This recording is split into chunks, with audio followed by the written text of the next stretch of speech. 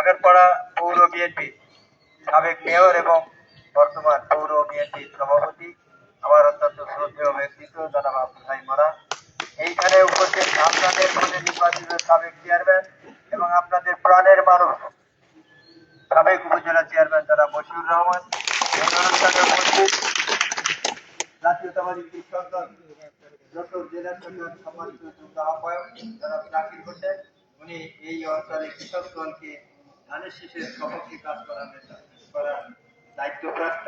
এই অনুষ্ঠানে উপস্থিত অভয়নগর থানা বিএনপি সাংগঠনিক সম্পাদক জনাব কামাল হোসেন খান, এখানে উপস্থিত সনাতন ধর্ম অবলম্বী যে সমস্ত ভাইয়েরা এখানে উপস্থিত হয়েছেন, আমাদের চেয়ারম্যান সাহেব, ওনাদের সাথে আমি একটি উপজেলা পর্যায়ে যে আলোচনা করেছিলাম সেটা উনি দুইবার এই বিষয়টি ইন্ডিকেট করেছেন, তো আমি ওনাকে ধন্যবাদ জানাই।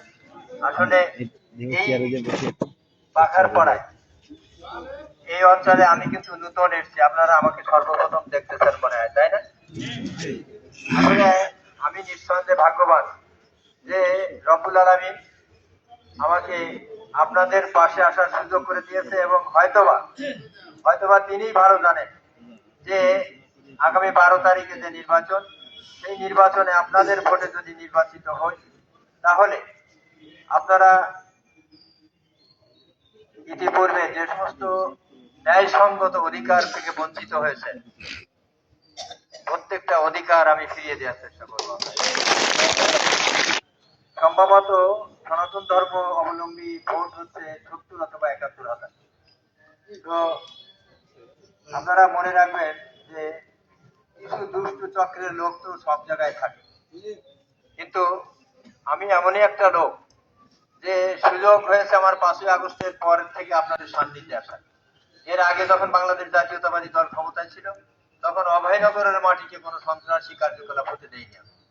আজকে আপনাদের সামনে আমি এটা বলছি, যদি আপনারা আমাকে এমপি নির্বাচিত করেন তাহলে আমি মনে করি যে আপনাদের জন্য সুখবর, আর দুঃসংবাদ হচ্ছে তাদের জন্য যারা নিজের অন্যের সম্পদকে নিজের সম্পদ মনে করে।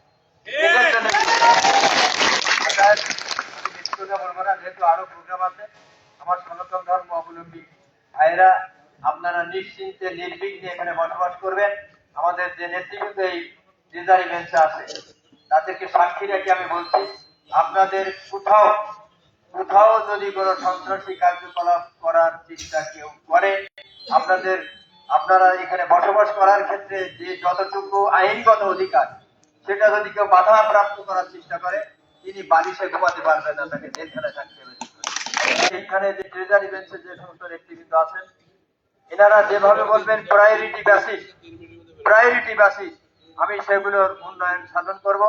আপনারা আমার প্রতি ভরসা রাখবেন এবং আমাকে আগামী 12 তারিখে ধানের শীষে ভোট দেবেন।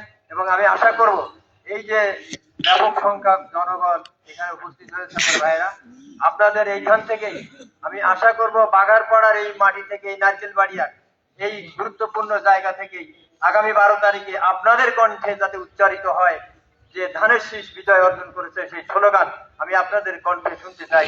এই প্রত্যাশা ব্যক্ত করে সবাইকে ধন্যবাদ দিয়ে যে কোনো পরিস্থিতি মোকাবেলা করার জন্য আপনাদের সুখে আমি হাসবো, আপনাদের সুখে আমি কাঁদবো, এই প্রত্যয় ব্যক্ত করে আমি আমার